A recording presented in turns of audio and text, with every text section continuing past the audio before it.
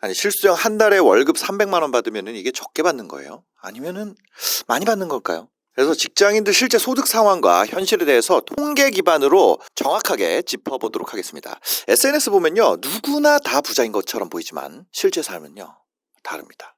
실수령액 월 300만 원을 달성하려면요, 필요한 세전 연봉을 우리가 계산해 볼 수가 있는데요. 300만 원에서 공제액들을 좀 역산해 볼 수가 있겠죠. 세전 연봉 4천만 원이라 그러면요, 실제로 국민연금 4.5%, 건강보험 3.5%, 장기요양보험 떼고요, 고용보험 떼고요, 소득세 떼고 지방소득세 떼고, 그러다 보면 총 공제액을 떼고 나면 실수령이 연봉 4천이라 그래도 300이 안 되는 걸 볼 수 있습니다. 280? 얼마 요렇게 될 거예요. 그럼 세전 연봉 4,100만 원일 때는요, 그럼 월급여로 따지면은 12분의 1로 나누면 340만 원 정도 될 거고요. 그런데도 실수령이 300만 원이 안 됩니다. 그럼 4,200만 원까지 올려볼까요? 4,200이면 세전 월급여가 350만 원이고요. 그랬을 때 299만 2,490원으로 300만 원이 좀 간당간당한 수준이죠. 이거는 1인 가구이고 비과세가 없다고 가정했을 때고, 실제로는 여러분들의 공제액이 개인 조건별로 좀 다릅니다. 그렇기 때문에 그 부분은 조금 다를 수 있겠지만 보통 한 4,200 정도 어간해서 여러분들이 실수령 300만 원에 도달하는 것을 알 수가 있습니다. 그러니까 여튼 연봉이 4,200만 원은 돼야지 월 300만 원을 달성할 수 있는 거예요. 그러니까 처음에 취업하고 나면은 연봉 계약을 딱 처음에 연봉을 써 있잖아요, 거기 공고에. 그럼 그거 12개월로 나눠서 생각해서 받아보면은 좀 실망한다는 거죠. 이게 달성하기 그렇게 쉬운 게 아니라는 거예요. 왜냐면 지금 한번 표를 보면요, 그 임금 근로자 관련된 통계청에서 발표한 자료예요. 2023년이 마무리가 돼야지 2024년에 취합해서 데이터를 가진 것이 2025년에 나온 바로 요 자료인데요. 여기 보시면 나와 있는 데이터입니다. 2023년 전체 임금 근로자 월 평균 소득은요, 363만 원이었어요. 근데 소득순으로 나열했을 때 정확하게 중앙에 위치하는 중위소득자는 278만 원에 불과했습니다. 이거는 무슨 얘기예요? 평균으로 보면은 뭐 연봉 10억, 100억 받는 사람들도 포함되기 때문에 이게 왜곡이 있다는 얘기예요. 우리가 단순 산술적으로 좀 보면은 전체 중위소득, 그 30대 중위소득이 안 나와 있어가지고 요거를 좀 비례식으로 생각을 해보면 중위소득이 평균 소득의 76.5%였는데 요거를 30대에 좀 적용을 해보면요, 30대 평균이 295만 원 수준입니다. 이게 뭐예요? 세전이란 말이에요. 그러니까 30대 평균 소득이 386만 원이라는 거는 소득 상위 그룹에 속한 30대들이 평균을 높이고 있다는 거고, 실제로는 386만 원보다 훨씬 낮다는 거죠. 이렇게 계산해 봤을 때 한 300만 원 수준이면은 가운데 값에 유치하지 않을까. 근데 여러분들 나이가 또 어때요? 나이가 30대 초반에 있는 분들은 나이도 포함을 해야 되잖아요. 40대로 갈수록, 우리 아까 다시 표를 보면은 40대로 갈수록 확실히 급여가 올라가는 것을 볼 수가 있습니다. 그러니까 내가 30대 갓 시작했는데 300만 원이다? 20대는 어때요? 20대는 평균으로 봐도 300이 안 돼요. 20대인데 내가 300을 번다? 이러면 여러분들이 SNS에서 봤을 때는 그죠? 그렇지만 실제로는 이걸 달성하기가 매우 어렵다는 거예요. 50%를 이겨야 된다는 얘기예요. 100명 있으면 50명보다 더 잘 번다는 얘기죠. 실수령 300이라는 거는 30대가 됐다 그래서 자동으로 달성되는 게 아니고요. 300을 달성을 했다는 거는 내 30대 연령대 내에서도 소득 상위 50% 이내에 진입을 해야지 안정적으로 도달할 수 있는 수준이라는 거죠. 실수령 월 300은 중위값으로 따지든 뭘로 하든 30대 중반이 넘어야 됩니다. 초반에 도달한 사람은 진짜 잘하고 있는 거예요. 그러면은 이런 생각이 들어요. 그러면 그 300만 원 가지고 어떻게 중산층에 진입을 하냐? 현실적으로 말이 되냐? 여러분들이 예를 들어 내 집 마련이나 이런 거 있잖아요. 그런 거를 맨날 우리가 아크로리버파크나 아니면은 원베일리나 압구정 현대나 이런 것만 기사가 나온단 말이에요. 그러다 보니까 포모에 빠지게 돼요. 근데 실제 살만한 집들은요, 지금 싸요. 싸다 그러면 욕먹으려나? 근데 진짜 싸요. 그거에 비하면. 가격은 상대적이니까요. 그럼 그거를 살 수 있으려면 우리가 어떻게 대한민국 중산층에 진입을 할 수 있는가? 저는 그 답이 여기에 있다고 생각합니다. 바로 결혼이에요. 실수령 300인 부부면 50% 이상이죠. 중이란 말이에요. 근데 가구 소득 600만 원은 상위층이에요. 우리가 20%씩 해가지고 5분위로 나눈단 말이에요. 하위 20%, 상위 20%. 그렇게 하면은 5단계로 나눌 수 있잖아요. 실수령 600이면요. 상위 가구에 속한다고. 그러니까 세대주 혼자서 연봉 1억인 거랑 합산 600이랑 비슷하다고요. 그러니까 실제 우리가 돈만 따져보면은 결혼하는 게 더 이득이라는 거예요. 결혼식에 돈만 많이 안 쓰면. 지금까지 우리가 모아놓은 자산을 결혼식에다 때려 박는 선택. 그 결혼식에다 때려 박는 건 누구 돈을 불려주는 거예요? 호텔과 그 스드메 하는 분들. 저 드레스 하는 그 사장님이랑도 친분이 있는데 여튼 근데 거기다 돈 쓰지 말란 얘기예요.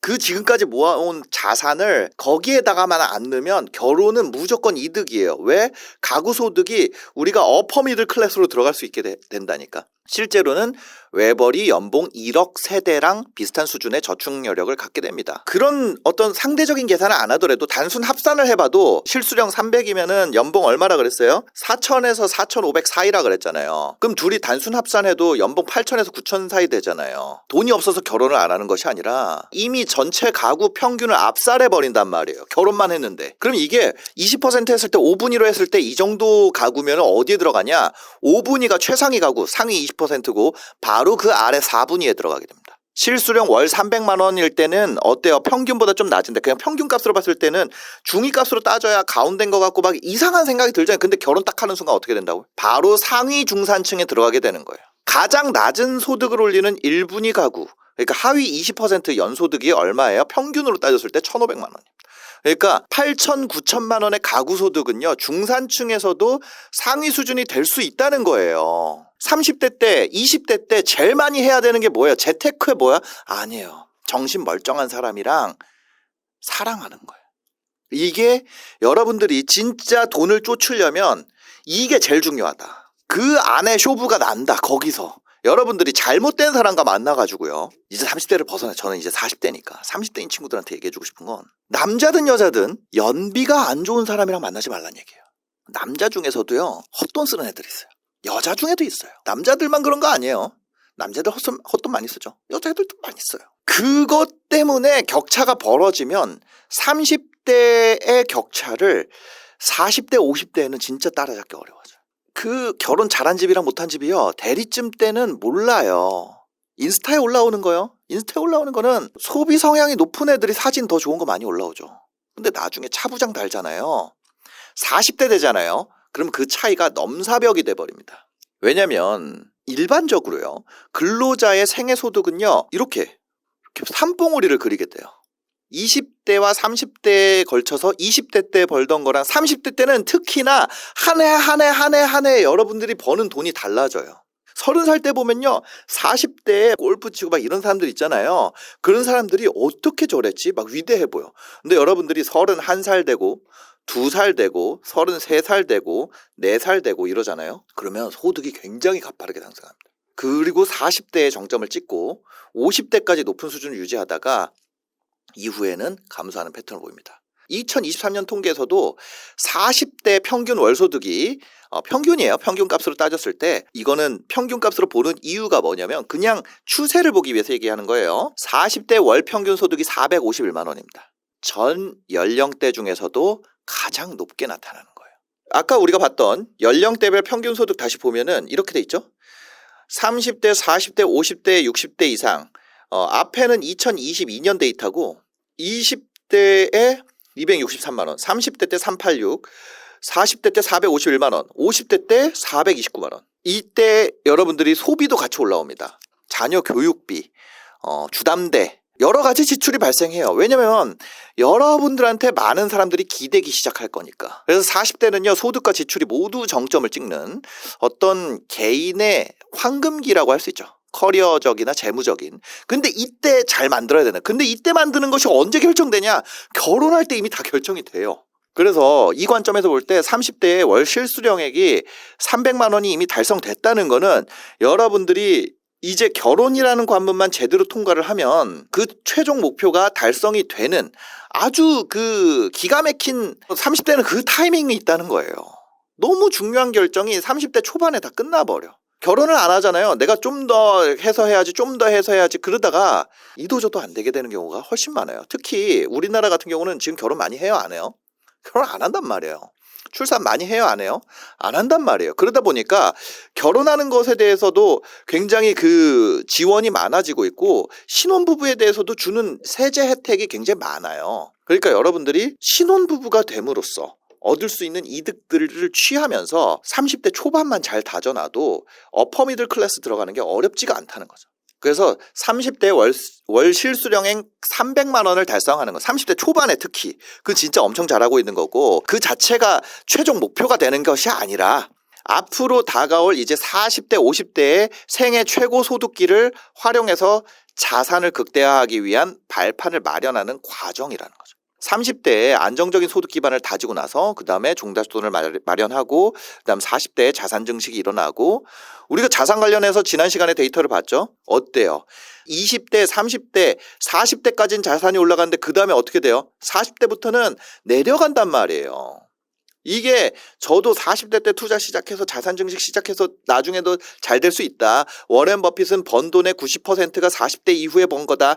다 맞는 말이지만 워렌 버핏 투자를 엄청 일찍 시작했잖아요.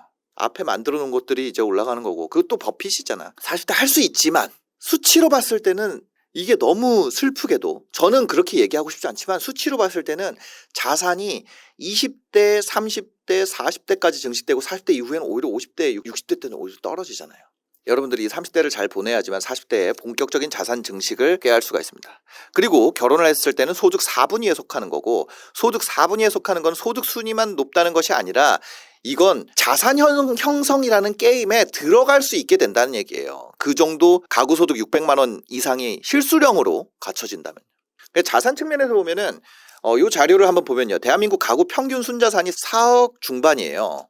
그러니까 소득 상위 분위로 갈수록 자산 규모도 커지고 자산 포트폴리오에서 거주주택 이외의 부동산 비중이 점점 높아지게 됩니다. 이거는 여러분들이 결혼을 해가지고 그 300으로 살고 300 가지고 뭐 할 수 있냐면 그 300을 이자로 낼 수 있다는 거예요. 월세로 내지 말고 월세로 내도 되지만, 전세 이자로 내도 되지만, 소유하면은 소유한 이자로도 낼 수 있다는 거예요. 어차피 실거주 할 건데.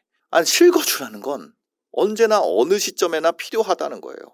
그래서 거기에 들어가는 월세나 여러분 전세자금 대출 이자랑 그 다음에 신혼부부일 때 생애 최초일 때 그 이자를 한번 비교를 해보세요.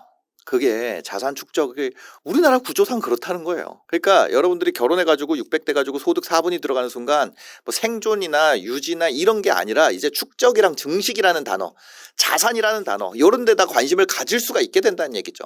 그래서 여러분들이 만약에 결혼을 제대로 하게 되면은 부부 합산 월 600만 원이라는 소득은 단순한 고소득을 넘어서 자산 축적의 관문을 통과하게 된다는 얘기입니다. 결혼하라는 얘기가 그런 거예요. 저도 원래 옛날에는 자녀를 안 가질 건 뭐하러 결혼하지 막 이런 생각을 했거든요. 근데 우리나라에서 적응적으로 살려면 결혼하는 것이 더 유리하다. 돈이 아주 많으면 안 해도 돼요. 한 사람이 연 8,400만 원 1억씩 벌어요. 그럼 세율이 더 올라가기 때문에 혼자서 사는 가구죠. 아주 좋은 가구예요. 근데 그게 되려면 근로소득자 중에서도 최상위권에 들어가야 돼요. 근데 부부가 각각 4,200만 원 버는 경우는 훨씬 더 보편적이고 어때요? 달성 가능한 목표란 말이에요.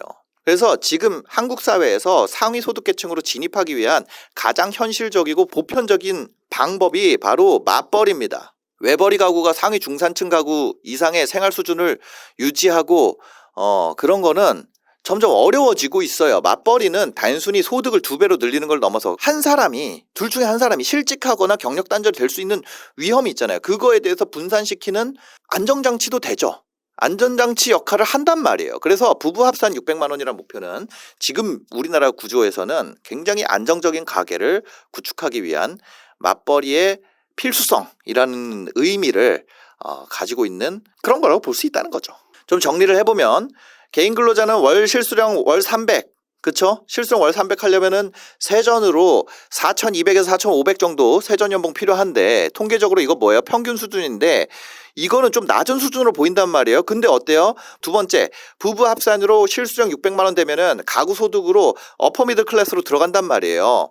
그러면 어떻게 돼요? 상위 중산층에 들어가게 되고 여러분들이 감당할 수 있는 금액이 예를 들어서 이자를 그냥 제가 편하게 억당 30 정도로 생각을 하거든요. 그 300의 이자 활용 비용 그게 있다면 여러분들이 300만 원짜리 다른 돈 쓰는 집은 300만 원짜리 월세로 간다고. 나머지 내가 모은 자산 플러스 부모님 해가지고 거기다 넣고 그걸 보증금으로 한 다음에 300만 원짜리 월세를 알아보고 있다고요. 아니면 주상복합. 왜? 주상복합이 상대적으로 싸니까. 주상복합으로 가가지고 거기서 그 인스타 올리고 막 한단 말이에요. 집에 골프채 놔두고. 근데 그렇게 하지 말고 그 300만 원 가지고 예를 들어서 똑같이 부모님 지원을 받는다면 그 돈을 여러분들 신혼부부와 생애 최초 취득에 지원되는 그 이자 모델을 활용을 해서 그 대출 모델을 활용해서 여러분들이 어떤 투자를 내 실거주로 어차피 비용이 나가니까 실거주는 어차피 비용이 나가요. 무슨 얘기인지 아세요?